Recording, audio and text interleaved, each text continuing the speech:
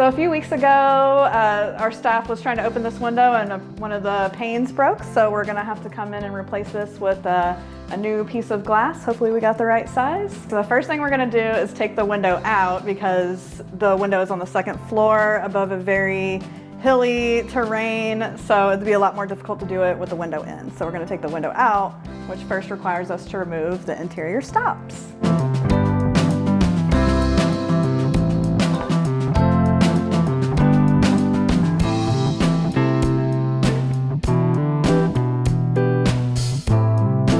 So because we have this metal weather stripping in here, we have to remove that before we can actually take the window out.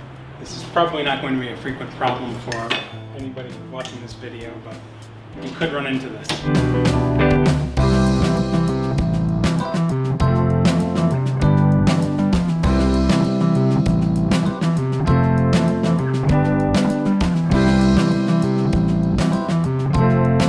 So now we have the sash out of the opening. We have to take the old glazing out. So some of it will come off really easy and some of it's a little crustier. So we have a couple of options. We have a chisel, a nice Harbor Freight variety so you don't have to ruin your good ones. And then also maybe a putty knife will pop some of this out. You'll also need to be mindful of the points. There's like a little piece of metal that holds the glass in place once you get it into the opening. If you try to put the glass in with these still in there, it will break. Trust me on that.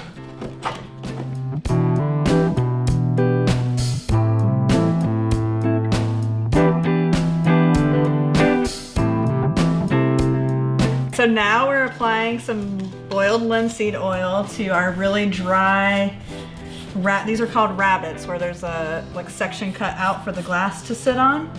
And this has been exposed to the elements for a really long time, so the wood is really dry. So we're gonna put some linseed oil on there so it'll kind of moisten that a little bit for us. And that way when we put the glazing putty on, it won't suck all the oil right out of the glazing putty. This is glazing putty, and actually it's a new bucket, so you kind of have to work it because it's really sticky. This is dual glaze. This is for exterior purposes. So if you're gonna have a shop and a whole bunch of windows and you're gonna do it in an inside, they make another kind called multi-glaze. So if you're doing a bunch indoors and it's gonna cure inside, use multi-glaze. If you're gonna have it immediately back outside like this one, you use dual glaze. So the first thing when you go to glaze is you wanna put in a nice glazing bed for your glass to rest on. A nice comfy bed. We'll put one in. You can do it kind of a lot of different ways, but it's a lot faster if you just do it by hand. And just smush it on your rabbits.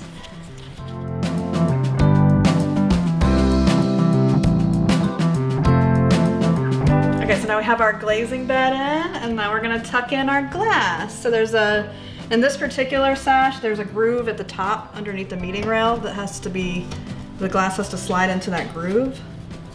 Oops. And sometimes you have to find the right fit. This is a point. I don't know if you can see that. It goes in over the glass to hold the glass in place before you glaze it. You can use a putty knife and force it in. Okay, so now we have our glazing bed, our glass, and our points installed. So I guess the last step in the glazing process is like doing the top glazing beads. Now people do it a bunch of different ways, so you gotta find your way. Some people do like a snake, they roll out a snake and put it on. Some people just do it all by hand like I did the glazing bed. I just like to do it this way because it's the way that works for me. But everybody has their own way, so find your way, which means practice. And then just put it in tight against the back of the muntin, which is this part that divides all the glass. And if it's nice and tight, it'll stay firm in there. So hold it firm against this piece of wood and drag across and get a nice smooth line. And the key that you're trying to achieve is that you don't want to see it from the inside. So you want to get it as close to the rabbet as you can so that you get as much daylight through the glass as you can.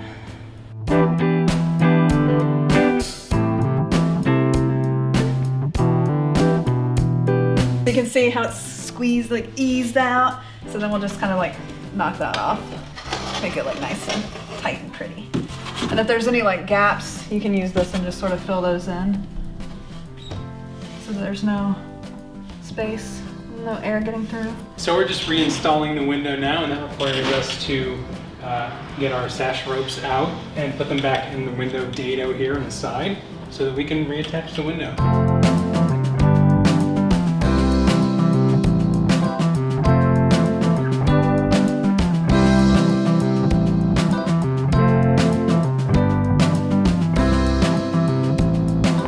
So now that we reset the window, we're going to put the stops back on to re-secure the window. So the glazing putty is oil-based, so it takes a couple of weeks to cure. So we'll have to come back in a couple of weeks, take the window back down, and paint over our new glazing beads after they've cured.